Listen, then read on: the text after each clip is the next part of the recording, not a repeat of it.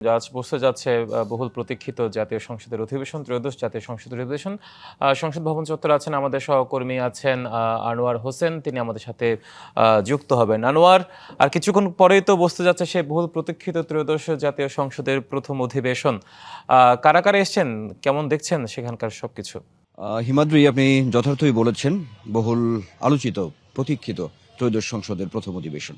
তো সেই জায়গা থেকে বেলা 11টা মূল যে সময় নির্ধারণ করা হয়েছে অধিবেশন শুরুর যে সময়, সেটি হচ্ছে বেলা 11টা। তো এরই মধ্যে আমরা আছি এই সংসদ ভবন চত্বর, অর্থাৎ এই যে মণিপুরি পাড়া গেট হিসেবে আসলে খুব পরিচিত যেটি, সেই গেটে আমরা আছি, অর্থাৎ প্রবেশ মুখ বলা চলে। এখান দিয়েই মূলত সবাই প্রবেশ করবেন। এই গেটটি দিয়েই মূলত সংসদ সদস্যরা এই গেট দিয়ে প্রবেশ করবেন। তো এখন পর্যন্ত আমরা দেখতে পাচ্ছি যে এখানে আইন শৃঙ্খলা রক্ষাকারী বাহিনীর একদম নিশ্চিত নিরাপত্তা ব্যবস্থা সেটি, কিন্তু সংসদ সদস্যরা এখন পর্যন্ত ঠিক আমরা দেখিনি এরই মধ্যে আসলে আসতে। যেটি আমরা বলছি বা যে ধারণাটি করছি সেটি, যেহেতু বেলা 11টা অধিবেশনের সময়, সেই জায়গা থেকে তো আর অল্প কিছুক্ষণ পরেই নায়াসিনামাইড ও স্যালিসাইলিক সমৃদ্ধ লিলি ফেস ওয়াশ, যা ফেসের ডেড স্কিন সেল দূর করে দেয় দ্বিগুণ ফাস্টার ব্রাইটেনিং।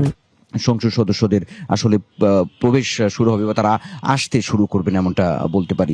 খুবই আলোচনার জায়গা, যেটি আসলে প্রথমেই বলা হচ্ছে যে প্রথম অধিবেশন। তো সেই জায়গায় একটা উত্তপ্তের একটা আভাস কিন্তু কিছুটা হলেও পাওয়া গেছে, আমরা যদি গণমাধ্যম সূত্র থেকে ওই জায়গা থেকে বলি সেটি। কারণ আপনি নিশ্চয়ই জানেন যে এই যে সংসদটি আসলে বহু আলোচনার, নিঃসন্দেহে জুলাই আন্দোলনের প্রেক্ষাপটেই মূলত আসলে এই ত্রয়োদশ সংসদ। তো সেই জায়গা থেকে এখানে বিএনপি 2/3 নিরঙ্কুশ বিজয়ী সরকার গঠন করেছে।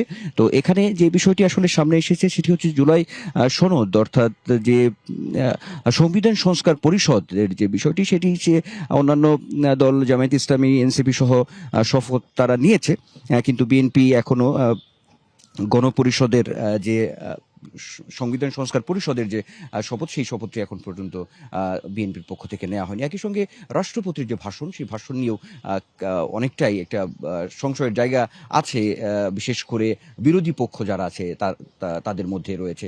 তারা আসলে এটি, এমনকি যে ডেপুটি স্পিকারের যে প্রস্তাবটি আসলে দেওয়া হয়েছিল বিএনপির পক্ষ থেকে, সেটিও বিরোধী দলের পক্ষ থেকে সেটি নাকচ করে দেওয়া হয়েছে। তো এই বিষয়গুলো আছে, ইস্যুগুলো আছে। নিশ্চয়ই বিষয়গুলো যখন অধিবেশন শুরু হবে তখন বিষয়গুলো সামনে আসবে নিঃসন্দেহে।